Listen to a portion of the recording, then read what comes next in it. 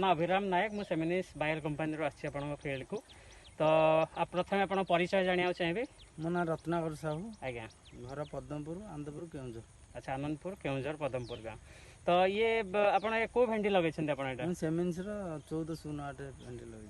सेमिनिस 1408 भेंडी लगे तो हेले भेंडीटा आप कौटू किनी आम गाँ दुकान किनी गाँ दुकान तो भेंडी कौन लगुच केमती लगुच आपन को भेंडी भेंडी भल सब भल अच्छी भल कौन कौन गुण भल लगुच शाखा शाखा कौटी देखले कौटी शाखा केमती शाखा शाखा भल है शाखा पाख बहुत आउ कौन भल लगुच एथिरे आ पाखर पाखर भेंडी होची भेंडी कोठी होची देखले देखाई दियन टिके कोठी होची पाखा पाखी ए भेंडी सब पाखा पाखी होची। अच्छा भेंडी रो दूरता होची पाखा पाखी रहउची ना कि हां भेंडी छोट रहउची।